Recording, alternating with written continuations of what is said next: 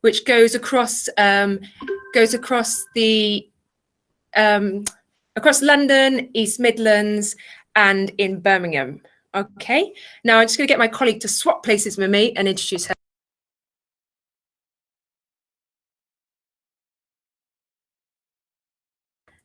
Hi, that was very smooth. We're trying out the social distancing as well. So I'm Siobhan Haddleton. I lead our resource base here at Billesley. So we're a 12-place specialist provision attached to our mainstream school. And so I do a lot of work, obviously teaching and learning with our pupils, but I also work with our mainstream staff and staff beyond in the Elliott Foundation to support them in how best to help and work with our young people with ASD. I'll hand back to Sarah now.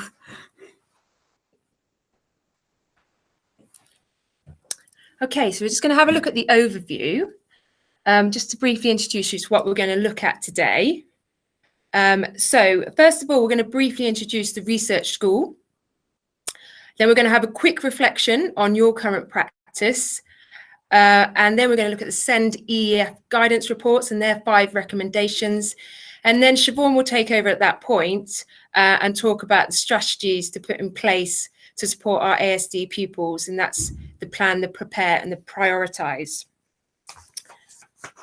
Okay, so we are a research school, and we're part of 39 schools in total across England. And we work together to actively engage in research. And so one of the things we do is we study and deliver the research to schools across the country, which is all collated together from the guidance reports, which are produced by the EEF. Now, the EEF have a number of guidance reports, which I'd greatly recommend. They're all available to download online for free. And we have sent you the link for the SEND EEF guidance. But some of the other guidance reports that they have available are working with parents, behaviour, best use of TAs, metacognition. So there's a wide range out there to look at, which also come together and quite coherent in supporting all areas. So as a research school, we work together and we use evidence-based resources to support and improve our practice. So we've just included this diagram, which is the 3 fields of knowledge, and it's taken from the implementation guidance from the EEF. And what that really shows is that we use the public knowledge from the research we've read from the EEF. We take that, we put it together with our practitioner knowledge, so our knowledge, our peers' knowledges, and other colleagues we work with across the region. And then we collate all that information together to create new knowledge, put it into practice, and then we reflect and we evaluate that.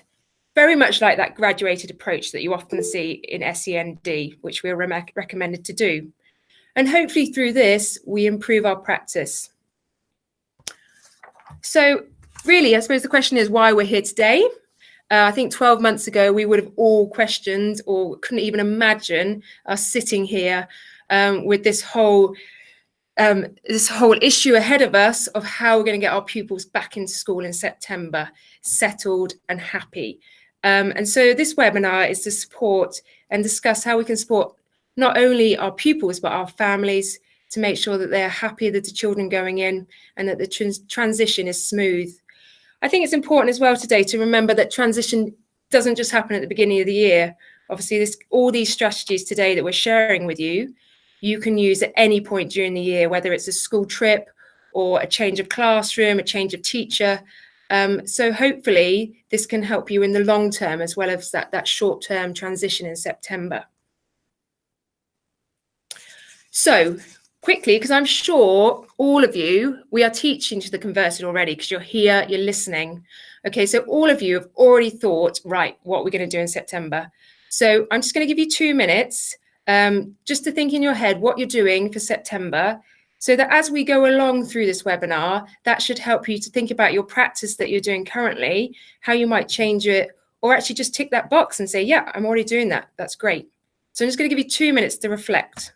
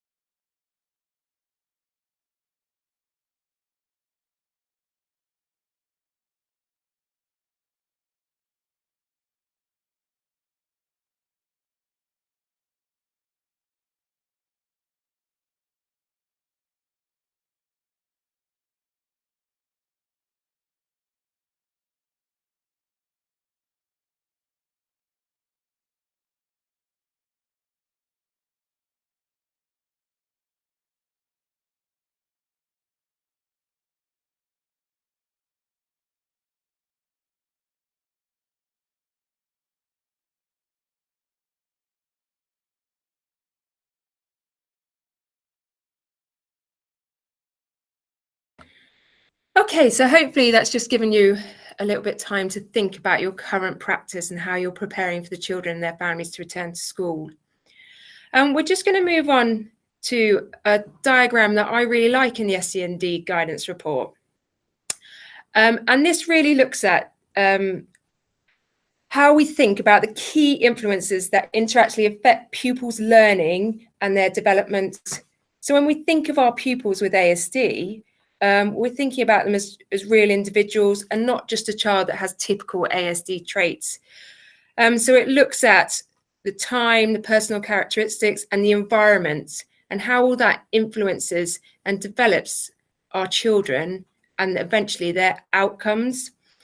And I just think that's quite an important diagram perhaps to use with some of our colleagues to show that it's all about the individuals when we come to ASD and lots of other SEND differences. But it's really about making sure we cater for that individual and we help them support their individual needs. So from the SEND guidance, you'll find that there are 5 strands. I apologise, it's a bit difficult to see online at the moment, but we have sent these to you, so hopefully you've got them. If not for any reason, it's just simply going onto the EEF website and looking at guidance reports. So we've got 5 strands here, which they advise us to support our children and our families. Number 1 being the environment, creating a positive environment. Number 2, having a holistic approach for our children. 3, having high quality teaching. 5, supporting that high quality teaching with one-to-one or small group work. And then 5 is using our TAs. And so that's the 5 strands. But today we're just going to take a real specific look at strand number 1. And that's creating a positive and supportive environments for all our pupils without exception. So we're going to promote positive relationships. And that, of course, is with our children and our families to make sure everybody's happy, actively engage with them, which I think we can all say that we've actively engaged with a lot more of our parents during COVID to make sure they're all safe and well. So again, we've already started that, which is really positive. We're going to offer those pupils the best possible teaching we can. And we're going to adopt positive and proactive approaches to behaviour. Okay. So at this point, I'm going to hand over to Siobhan and we're going to look more at our strategies of how we will support our children. But feel free again to put the questions in and I will try and help support Siobhan with those as they come up. Okay, we're just going to swap.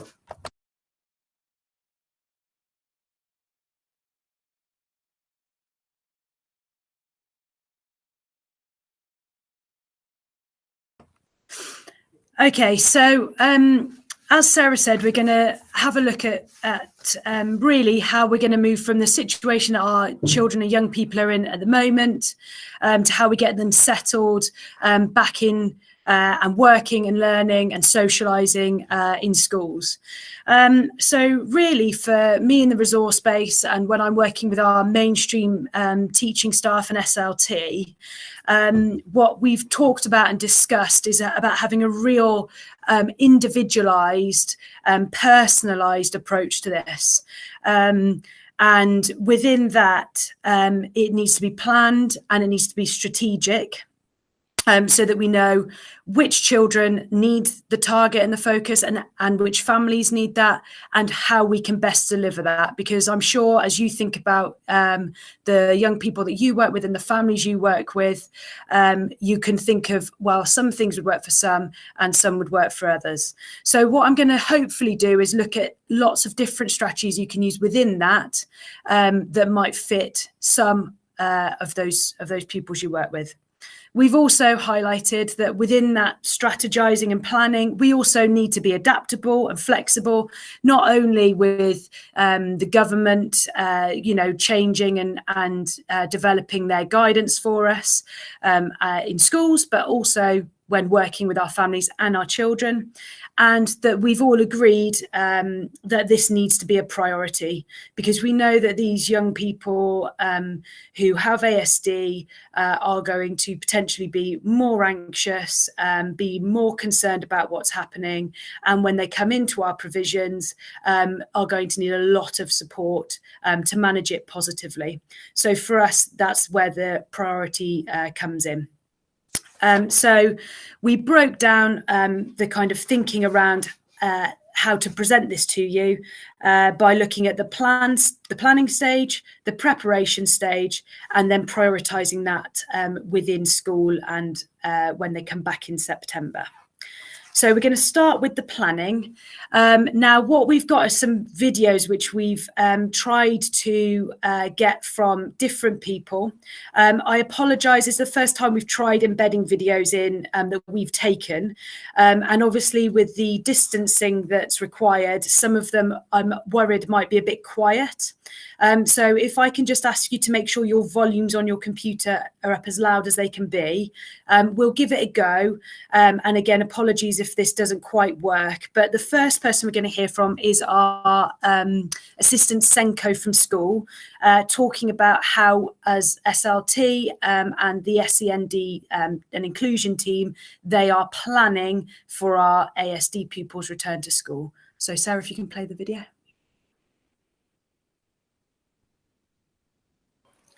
Hi, I'm Lydia from Billesley Primary and I'm currently the Assistant Senko. During COVID, all families have been affected in so many different ways. It's therefore important as a school to ask families how they've been affected so we can provide the correct provision back in the classroom for our children. Before children come back to school, we send out questionnaires to gain an understanding of the life the child has been leading at home. We ask questions such as, how has the child been getting on at home? Have they engaged in any learning? What motivates them to learn? What have they been doing? Have they left their house much? Where have they been? What are their current interests? How are they feeling about leaving home? How do you as a parent feel about them leaving home? What is your understanding of COVID? And have you and your family suffered any loss or bereavement during this time? Once we have gained all this information, we give the parents a comprehensive handbook which hopefully answers any questions the parents and children may have. Finally, before the children come back into school, they receive a phone call to answer any outstanding queries. We have found that this fully equips children and parents for the new normal back at Billesley.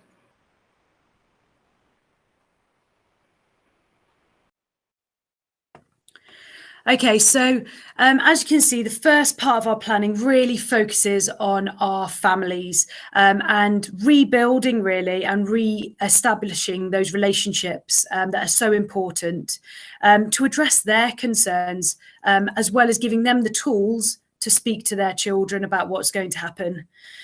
So when we are looking at having our children coming back, the first thing that we really want to do is find out what's been happening at home. Now, we send out a questionnaire via text. We use Google Forms as our platform, and we send it out via text or email. And then when that is received, that goes onto our whole school platform, which is then sent out to the relevant teaching staff and inclusion team so that we can get a really good picture of what's been happening for our pupils whilst they've been at home during COVID. It also gives us a really good idea of what our parents' worries are about. And there's an option on there for them to highlight anything that they are concerned about or any information that they would like.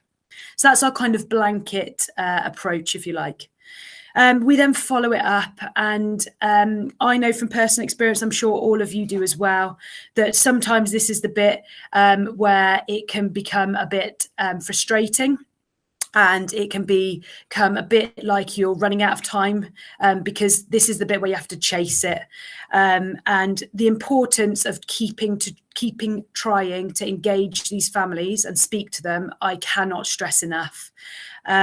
So we use phone calls, we try different members of staff phoning if there are staff that have got particularly positive and strong relationships with families, and that's no matter what role they're in. Some of our TAs are phoning, some of our teachers, SLT, inclusion leads, learning mentors. We're all picking up some of that, depending again on that relationship with the family.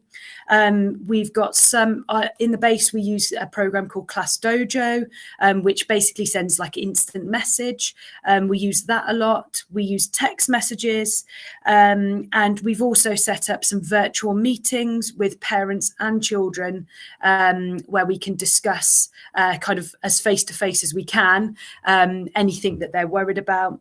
The good old letter we've also sent home, and also social media as a platform. So we share things on Twitter, we share things on Facebook, just to update really families about what school life is like.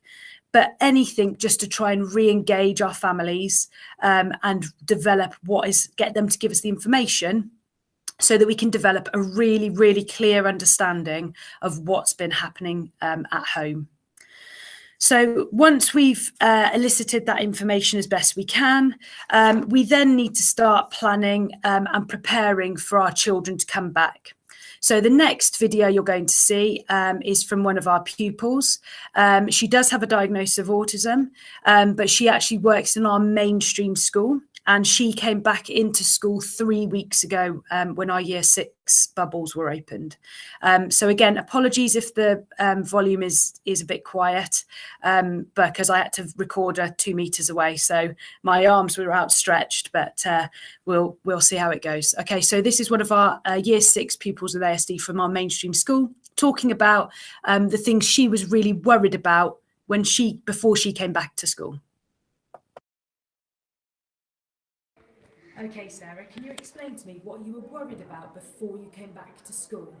I was worried about all the tables have been changed and all the antibiotic spray they use, and also you have to wash your hands every time when you come from the playground. Well, you obviously have to wash your hands, but now they do it more often.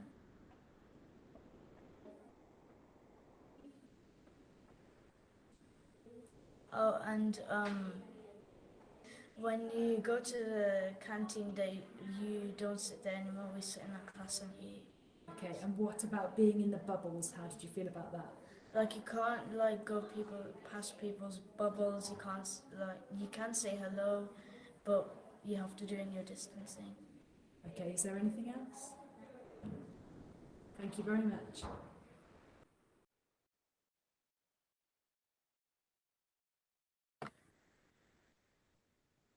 Okay, so you can see from that video that all of our pupils have got some concerns. And so how can we prepare them best for when they come back to school? So some strategies that have been really effective for us to use are some video calling. So we have set up something called Meet Teach, where some of our teachers, myself included, do a 30-minute mentoring session weekly with our pupils. Some of them get it twice a week, some of them 3 times a week, depending again on that information that we've gathered previously, where we can have a conversation about what's going well, what's been difficult for them, and really clear up any of those worries that they've got. So just having that face-to-face contact with a member of staff is almost overcoming that first barrier where they're not really sure about what people look like again, what the classrooms look like, and just the fact that we're sitting in school talking to them has been very reassuring for them. We've also made some virtual videos. I'm sure you've seen some examples of these shared on social media as well from other schools, so that parents and children can see what it's like to come back into school, what route they have to take in, what their classroom looks like, where their bubbles are. You could hear on the video that Sarah was a bit concerned about where she was allowed to go and not allowed to go in school now. So a virtual visit can really help support those people. So if you've got a specific child in Year 3, maybe you could make one for that Year 3 class or your Year 3 year group, or it might be that you just target it for that one particular pupil. We also take lots of photos of our environment, of the adults that the children are going to be working with, and some of those we know might have had to change. And we use social stories to help prepare our children so that they know what it's going to be like. We put all of this together in one of our transition booklets, and I'm actually going to take you through the example of the one we shared with our resource-based pupils who've come back to school in June. So Sarah, if you can just take us through. Okay, so our first bit was our staffing. So we've got the 2 teaching staff there, and then also the children who are in the group or in the bubble. But you can also see that I've included there that other children might be joining us. And actually, hopefully, we've got one of our other pupils who's going to come in for the last week of term. So just to make it clear to them that this is where we're starting with, but this might change. Again, we really need to prep these children that this is a temporary thing, hopefully, rather than a permanent. It may be that your school times have started. I know that we've been having to work on our staggered starts and ends of the day, so just to make that clear for them. And then again, we've got the bit about the coming into school and the route. And so you can see there that I've explained exactly how they're going to do it. And our SLT are on the playground every day to support parents and pupils in where to go, because we felt that was more appropriate for all of our students, actually, than using just arrows or things that could be misinterpreted or missed completely by both pupils and parents. Okay, there's a picture of our resource-based classroom as it's now set, which looks very different to what it did when we broke up in the Easter holidays. So that's just the photo there. And I used a pano shot to do that so that you can get a complete sweep across the classroom rather than taking 3 or 4 different angles. And when I've spoken to the children, they prefer to see it as it looks when you walk through the door. So that's just a pano picture there, which I've done on the iPad. And then I've broken down the things that they need to know. So the things about them having their own desk, that they're putting their equipment in trays and the things that they'll get. One of our pupils is very particular on what equipment he will have. So I've listed that. And again, this is where things can be personalised and individualised. They've got to bring in their lunchbox, where they put their coat, because they're not allowed to hang them up on the pegs, and a bit about moving around the classroom. The QA is our quiet area, which is actually attached to our resource space and is a completely empty, small space. So we're still able for our children to use that. I've just seen a question pop up there. So our children are from year 1 to year 6. The children that are actually back in school are our year 5 and 6 pupils. So this is a more key stage 2 approach. But again, you could simplify that, use a bit more visuals, and less sentence, more keywords if you needed to. Okay, the things that they need to bring. That's right, which we whizzed past. So they can't bring in bags and things like that. So again, a list, and some of our parents have actually stuck that on their front doors so that the children can tick it off, or they've got a checklist to follow. Then talking about our lessons, because our lessons have changed. And just outlining really the different things that we were going to do. This is actually adapted the more we've got into school. But those afternoon projects have been a real success. And when you hear from one of our base pupils a bit later, he talks a bit about how he'd like that to continue. So they were really child-led. Google Classroom is the platform we use to do our lessons, and our pupils have continued to do that as they were doing at home, which also helps in terms of differentiation, because some of my pupils are working at a year 3 level, some of them are year 6 expected, so it just enables them to access whichever lesson it is they're meant to be doing, with the appropriate resources, just within the same space. So that's a copy of the timetable. And again, when I was doing the timetable, I made it a real conscious effort to include the washing hands element of where we were going to break and where they were going to be able to do that. Because as we heard from Sarah, that's one of the things that she was really worried about, and is also one of the things that I found our parents have been most worried about. So making it really clear that we're timetabling it, it's structured, it's often, just helps relieve some of that anxiety for them.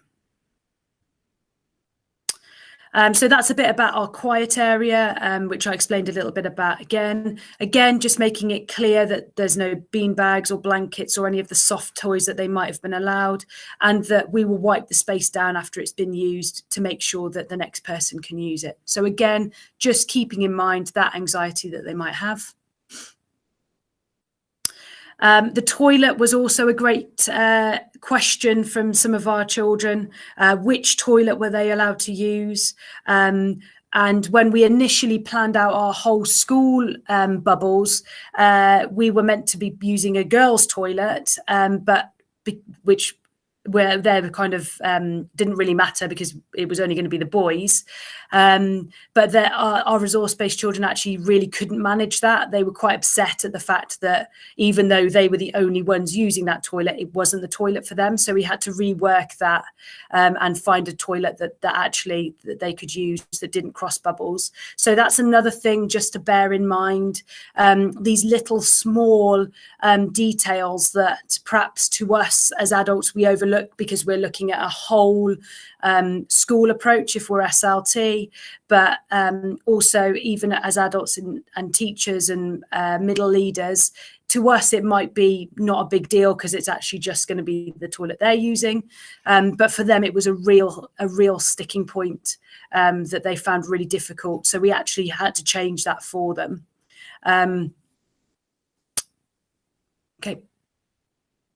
Playtimes are another thing that they were concerned about.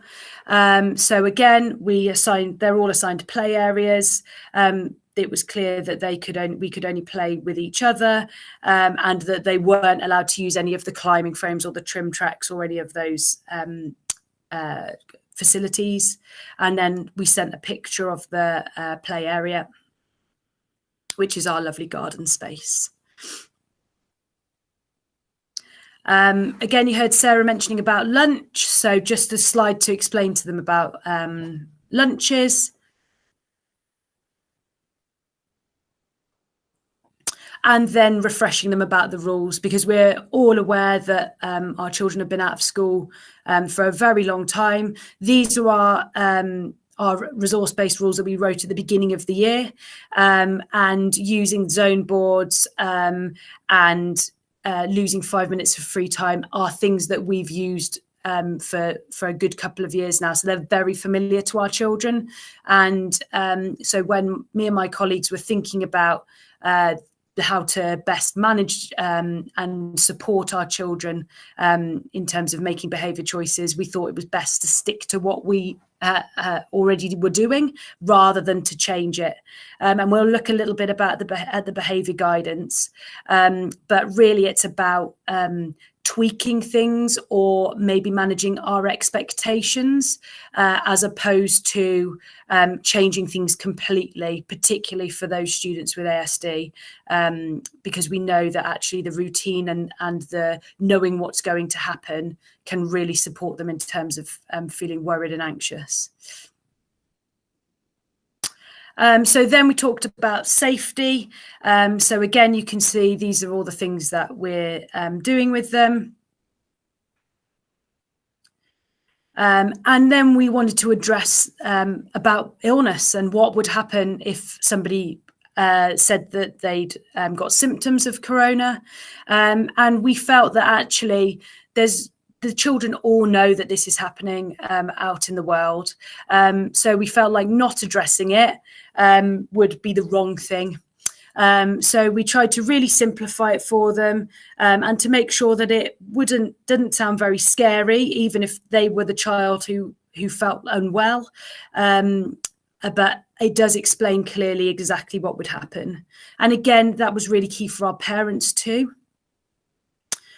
But we also wanted to distinguish between the COVID and just general sickness, which we also know children suffer from.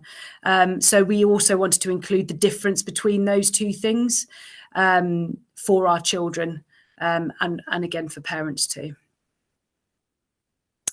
And then we offered them the chance to ask some questions. And you can see that I've put on there the platforms that they can use to get in contact with me. So Google Classroom, they can send messages on it, which I pick up and monitor. And then we obviously use the Class Dojo and also the way that they can organise either a phone call or a Google Hangout so that they can actually speak to me directly.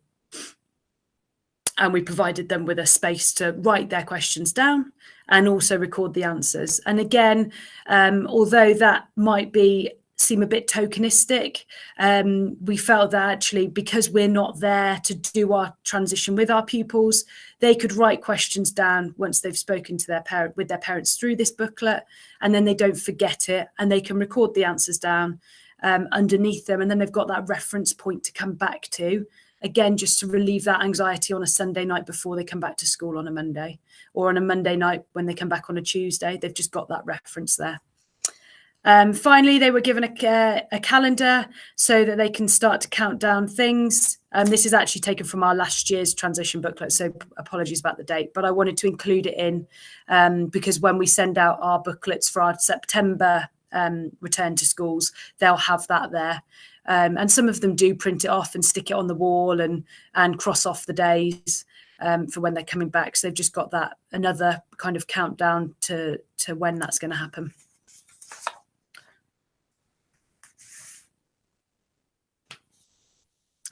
Okay, so that's how we've really prepared our students. So those booklets were sent out by paper copy if parents requested it. I also sent it out as a PDF on Class Dojo for parents, and I assigned it to our individual Google Classrooms, so the students had their own copy too. Just to try and ensure that they were able to see it, whether they needed to access that independently or whether their parents were able to support them going through it. So now we're going to move on to preparing our parents. This is one of our lovely parents who agreed to do this video for us. So she's just going to talk about the worries and concerns that she has as a parent of a pupil with ASD. Hello, my 7-year-old son has autism and has been off school throughout the lockdown period. My hope for September is that there are as few changes to his old routine as possible to help him settle back into school life after such a long period of absence. I understand that realistically no changes won't be possible. So I think the best thing we can do is to prepare him as much as possible for any likely changes.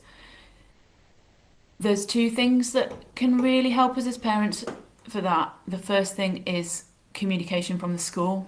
So as soon as the school know what things might look like, to let us know, and to also be open and honest in terms of any limitations they think might be in place. The second thing is for school to provide us with any visual supports that might help him. So photos of the new classroom layout or photos of any new classmates, and also any social stories that might help him with the new rules that will be in place from September. My experience has shown that any preparation that we can do in advance of changes really helps to get a successful outcome. Now, once he starts back in September, I'm hoping for school to be flexible and adaptable to his needs depending on how he transitions back to school. So I'm thinking maybe a part-time timetable might be appropriate if he's struggling, or for extra support in certain areas to be put in place if there's any areas that he's really not getting on with.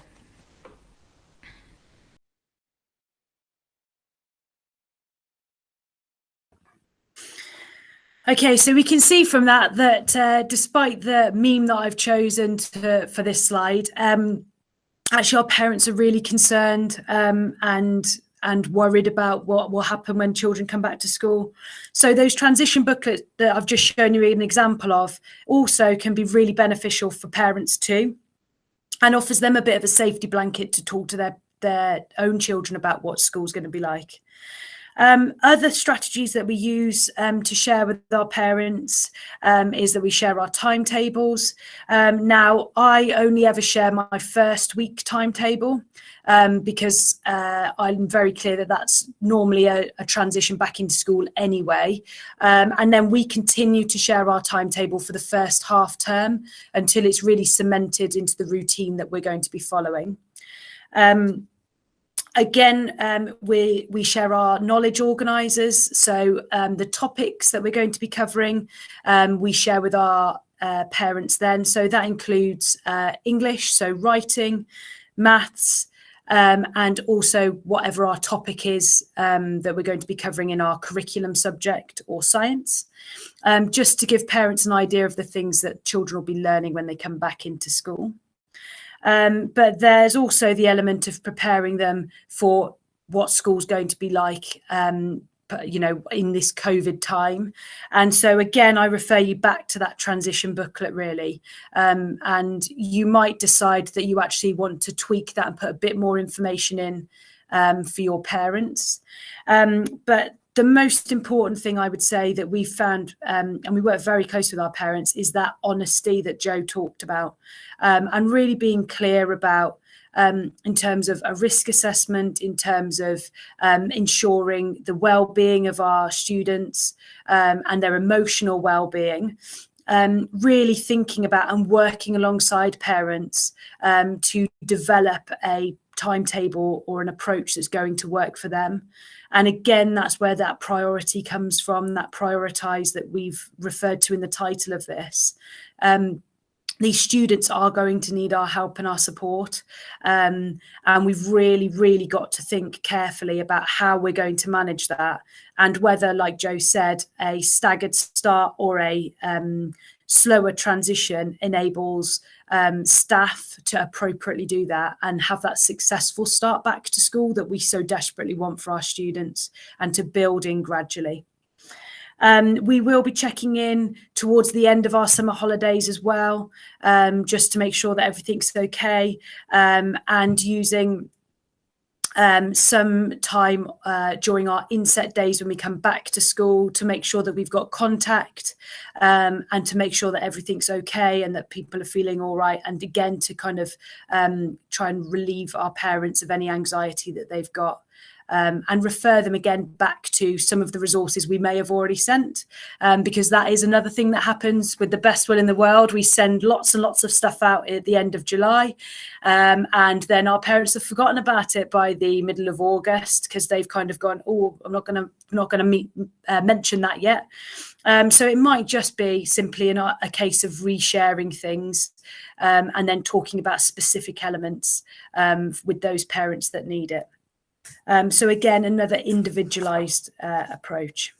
So our final element of preparation, so we're preparing our parents, we're preparing our students. We also need to prepare our staff. And this is Tracy, she's one of our inclusion team and learning mentors. And so she's just talking about here the things that she feels are important to be shared with her, to prepare her for the return of children as well. Hello, my name's Tracy. I'm the Autism Inclusion Mentor at Bilsley Primary School, working primarily in the resource base. We've been thinking here at Bilsley about how to transition our children back into school on a full-time basis as best as possible. We've been thinking about the things that we need to know. We need to know if the children's circumstances have changed. We need to know if they've had any family bereavements. We need to know the contact they've managed to have with their family to support them. We need to look at our timetables to see who's going to be working with these children and if that's going to be effective. We think about how we share that information with each other. We would have a minimum of one meeting, potentially more if we needed to discuss pupil profiles to look at IBPs and IEPs to see if anything needed changing, again to compare that with the family situation and think about maybe new strategies. We would talk about things like behavioural expectations, how they've changed for the child and within school and at home. We would think about their exposure to ACEs and how that's affected them, and again, you know, looking back to the IEPs and the IBPs and the profiles to see if we need to change a strategy to support them for something different that we wouldn't have done before. Why is it important for that information to be shared? Because it gives us a sense of knowledge of how to manage the child when they come back to school. It gives us the ability to be prepared so that any strategies that we need to put in place, we can get those things ready and know that when the child comes in, we can help them to feel secure and valued. It creates good relationships between staff and children, for them to know that we're considering their needs, and for the staff to have good conversation with each other and good rapport with each other. Shows unity and teamwork, and that again supports the child positively. And it's less stressful to manage any new behaviours that we come across for us to just all understand what's needed.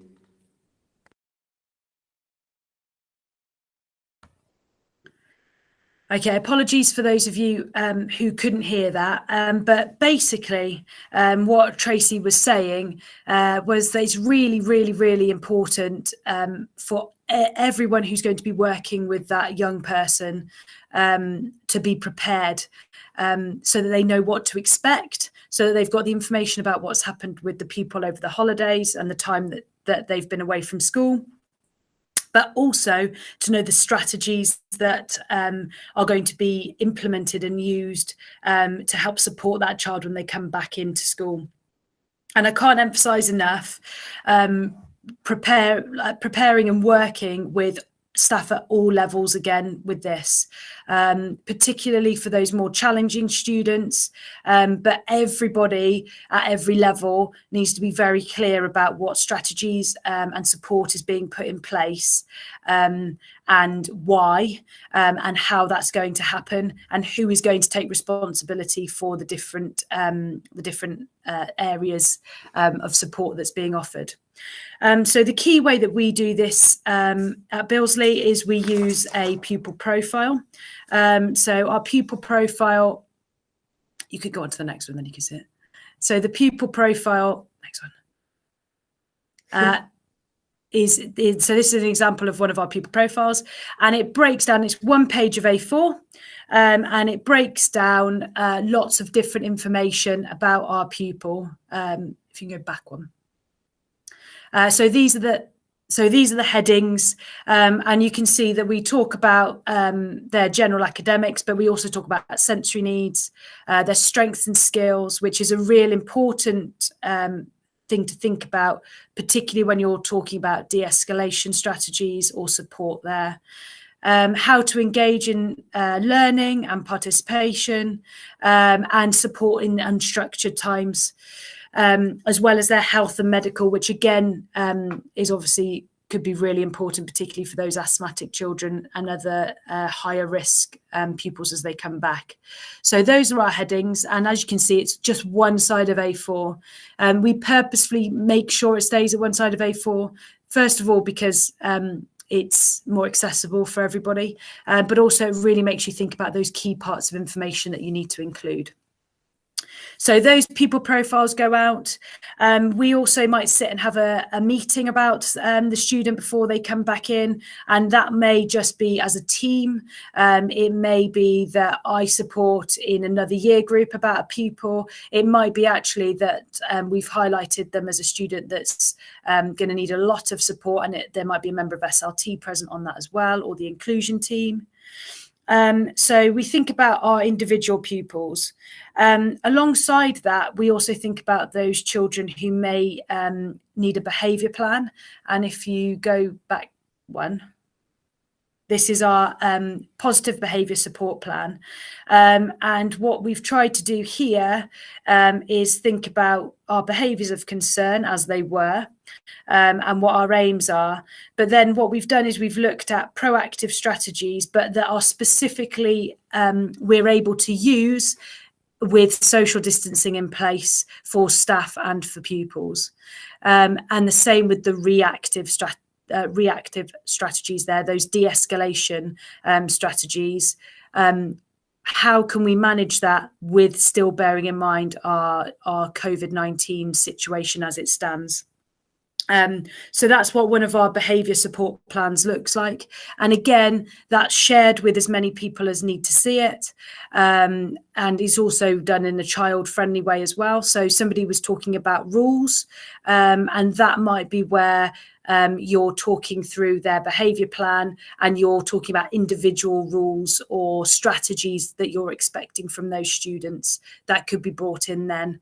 And the way that we would do it is we would discuss it if the children were able to do so, or it might be that we're using widgets or symbols to show the right choices or good choices, not good choices, or sometimes we've done it as a flow chart. So if they make this choice, this is what needs to happen next.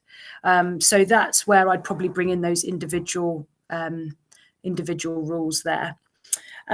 We also think about, in terms of preparing our staff, our environment, where people are going to be working, and timetabling. Key workers and those people, those adults that have got key relationships with pupils, it needs to be thought about, particularly with bubbles, who they're going to work with, how they're going to do it. Are we going to need some technology to enable still that contact daily, weekly, half-termly, and what the impact is on staff who are working in bubbles, not in bubbles. So again, it's all about that planning that we talked about right at the beginning of this, and having a strategy and really thinking about those children with ASD that are going to need the support and who is the person that's going to provide it. Then you ensure that they receive all the right information and give them a chance to actually ask some questions about it and discuss it.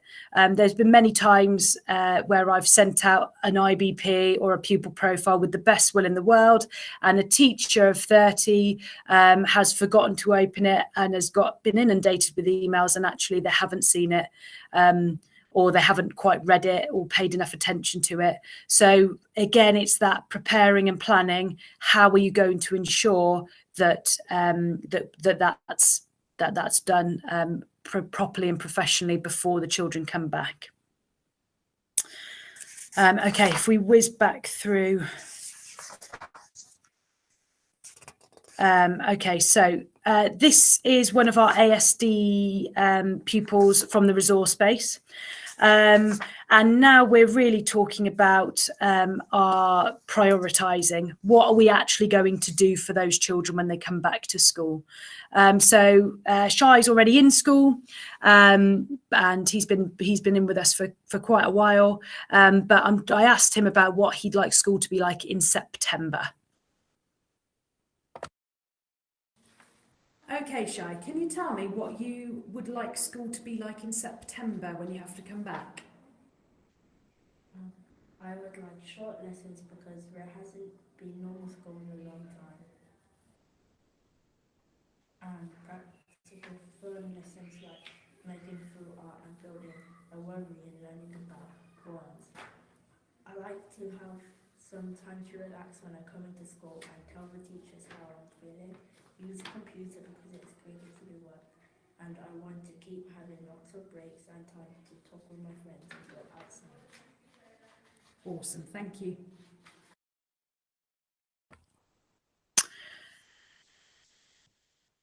Okay, so lots of things there from Shai, and apologies if you couldn't hear him because I know he's quite quiet talker anyway. But really what he was saying was that there are several things that he needs for when he comes back to school that aren't necessarily how things would have been for him if we were doing a normal transition. So one of the things that our parents have also mentioned is thinking about a staggered start. And he mentioned right at the beginning there about having shorter lessons. So at the moment we are doing shorter lessons and we're doing less of them. And that's really to try and build them back up to being able to access a 6-hour teaching day, which I'm sure some of you will already have been thinking was quite a lot for some of our pupils. So I urge you to have a think about the pupils and where they were before COVID happened. And then really think about what's a realistic and appropriate amount of work or formal learning, if you like, that they should be expected to do. Now, one thing we've been very careful of doing is to not cut that out completely, because we do want to obviously return back to a space where children are having the education and the lessons that they need to make progress. So we're utilising online platforms, games, and other things like Bug Club and TT Rockstars we use as a school. Spelling Shed's another one, as well as our Google Classroom, just to get them back into enjoying a 15-minute or a 20-minute maths lesson. And now we're starting to introduce some shorter one-to-one tutoring times where I'm actually sitting near to them and speaking specifically and teaching a really short skill, which is key to unlocking the next part of their learning. So I would urge you again to think about shorter lessons, but really, really succinct, and really prioritise exactly what it is that they need to know. What key skills are they going to have forgotten or left behind? And then rewarding them for doing it. And another thing that Shai says and speaks about is having time to socialise. Some of our pupils, when they came back to school, they hadn't left the house. They'd only seen their parents or maybe their siblings. So what we're also trying to do is to give them time just to talk. We do that because we give them breakfasts in the morning. So they have a breakfast break between our maths and reading slots. So they have 20 minutes just to sit, to eat, to chat together, and staff do that as well. So it's we're able to facilitate that socialising and that talking. Again, children are given some time when to go outside. They get some reward time and time where they can go and play with each other. And I realise that in the current climate that again needs careful planning and preparing. But actually, it has been really successful where pupils have been able to play alongside each other and share, if they've had their Lego boxes out, what they've built with each other, even at that social distance. So consider how you can allow those children to socialise, which we know is so important for them anyway, but also how you can structure that and support them with that, bearing in mind that they've maybe had 5 or 6 months where they're not going to have socialised with anybody other than their families in that family unit. So moving on from that, he also talks about when he comes into school, having time to relax and having time to talk about how he's feeling. Now in school, we use the zones of regulation as a tool for all of our pupils to discuss how they're feeling. And when they come into school at the moment, they have a relaxing task to do, which they've chosen. So some of them come into school and colour, some of them come in and do some drawing, they might do some Lego, they might read a book, but they just have time to come in, they wash their hands, and they just get to settle back into the space. And the first couple of weeks that they were coming back into school, that was really important just to get them sat and settled into that environment. Then as a group, we share what zone we're in and how we're feeling. I always start it, and I'm always very honest about what zone I'm in. So on Monday mornings, I am normally in the blue zone and I'm tired, but I also share with them the strategies that I'm going to use to help myself get into the green zone and get ready. Equally, I've been worried during this time. I've been frustrated during this time. I've been bored. And those are all things that I've also shared with pupils. First of all, so that I can model to them that that's okay, and encourage them to be honest and really think about how they're feeling, but also give them a chance to model some strategies to get out of that. And we do talk about a range of strategies that they can use. We call it their toolkit. They all do one. And we actually do it every half term as standard. When they've come back from COVID, we've done it fortnightly with them. So again, we're just giving them that extra time to keep reflecting on how they're feeling and what they need to do, and whether we're able to do it in the current environment that we're being forced to live and work in. Yeah, so we also finally establish our routine. And again, that goes back to that timetable and making sure that hand washing and everything is on there. Everyone has a visual timetable, but included on those visual timetables are cleaning tables, washing hands, hand sanitizing. So it's really, really clear as soon as they come in and they can see that visual timetable up on my board, that there are allotted times when they're able to do that. And the reason we've done that is to relieve the anxiety, but also we've got one pupil who can get quite obsessive about cleaning and can get very sore hands if obviously you're continually using hand sanitizer. So it's also to work with him around how much we need to do it.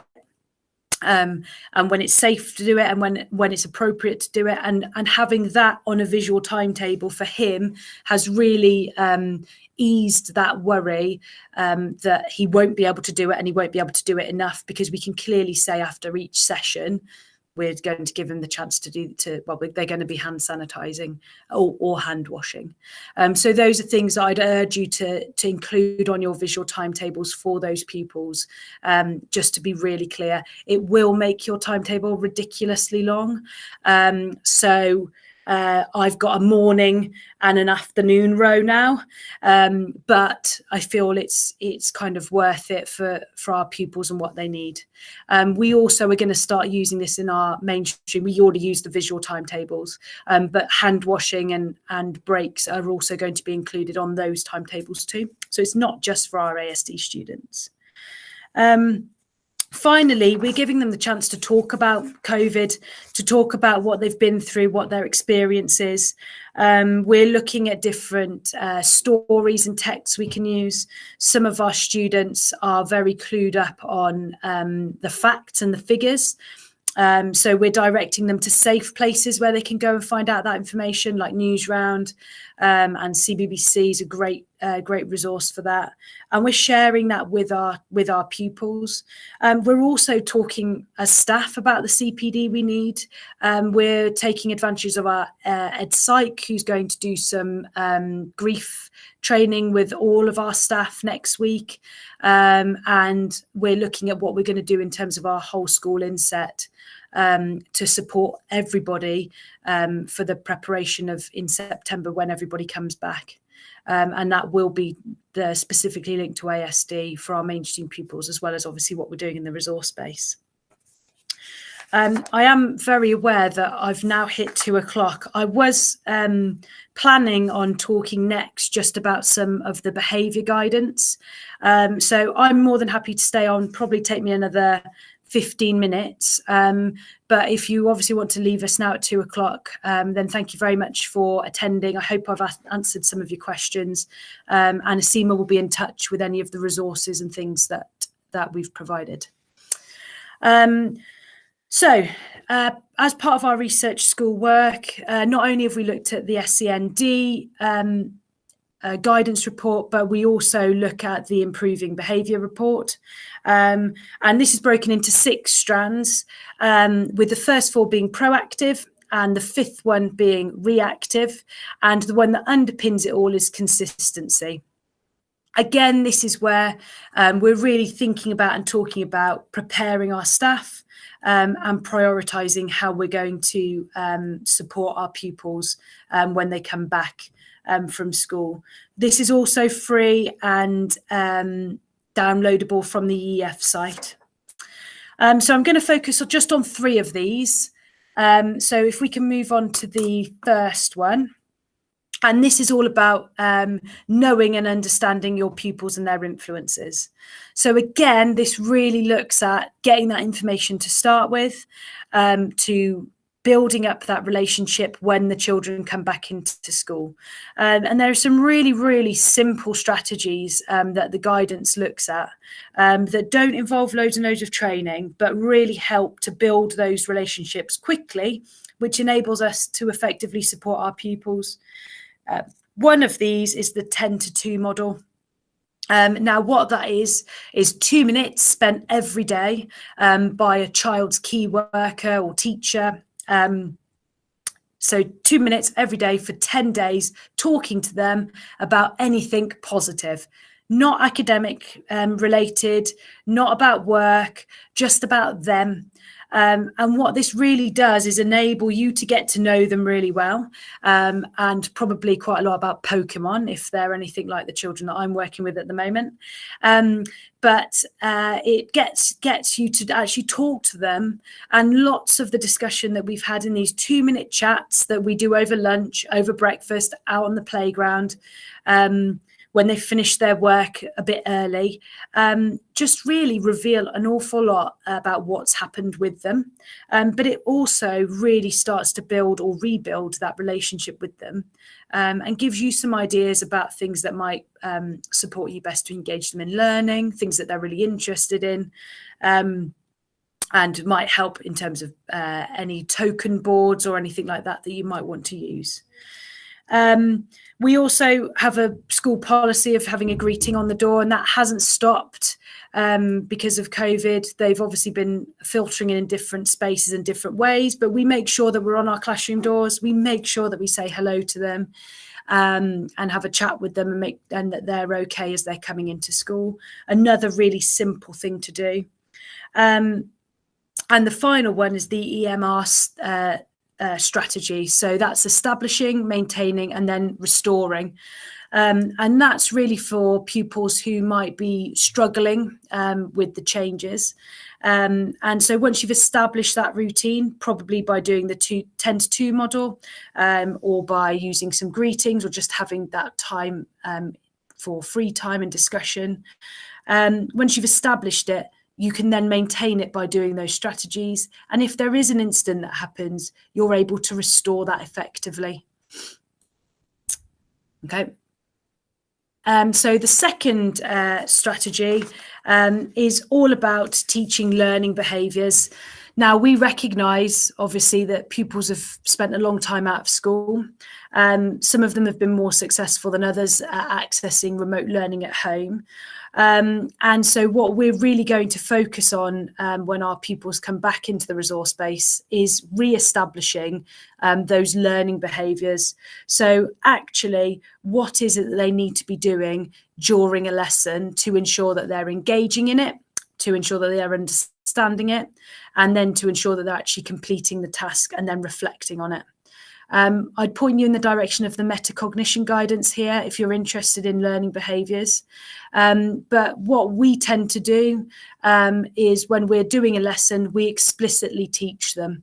And we've done that in our online provision as well. So there's just been some visual prompts for them to make sure that they're focusing when they've got to watch a video, they're listening to what's happening. Then they get a question prompt about whether they understood it or not. And if they didn't, there are some ideas of things that they can do. And we model that in the classroom with them. We check it verbally with them or on a task board that we might use while we're working with them. So really remembering that within those shorter tasks that you're going to be setting when children are coming back, thinking about what it is they need to do to even access that learning and how you're going to teach them and model to them doing that effectively. And then the final strategy that I'm going to point out today is that reactive strategy. Now, these are for individual children who may need a targeted approach. And we know that some of our pupils and young people with ASD may fall into this category when it comes to their behaviour choices. So the biggest piece of advice I would give to you on this, and that comes out of the research, is to have a plan. and to have a plan that works within your provision, that works alongside your school behaviour policy. We shouldn't be changing lots and lots of things about it. It should be just be tweaking and amending it slightly to ensure that our children can be successful. And it needs to encourage success. So when you're planning for this, think realistically again about what those children has happened when they've been away from home, when they've been away from school, sorry, and they've been at home. And then really what support they're going to need and how you can do that to ensure that they're successful. And that it's a realistic process. And these, again, can be adapted and changed. They're working documents over the first half term. So that's where really I kind of finish. So I'd say in terms of what's next, things to consider would be looking again on the EF website and having a look at their other guidance reports that Sarah and I have mentioned. There's the SEND report. There's also the Improving Behaviour in Schools report. There's also social and emotional learning and metacognition and working with parents, which are all really relevant to us as educators, even more so at this current climate. Think about how you're going to rebuild and restore those relationships with families and pupils that maybe you haven't been able to have as much contact with at the moment, so that you can really make a thorough and rigorous plan for their return to school, and ensure that you're planned and prepared for them to come back. And make sure that all staff are prioritising our pupils with ASD and their return to school, and the support of how to do that. So I'm hoping that I've covered everything. I don't think we've had any questions that haven't been answered. I'm happy to kind of stay for another couple of minutes if anyone wants to pop any in the chat. But I really hope that's been useful. And best of luck with returning your pupils back to school.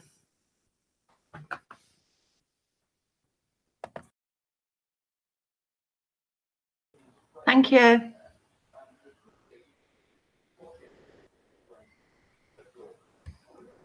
Thank you for that. Thanks very much.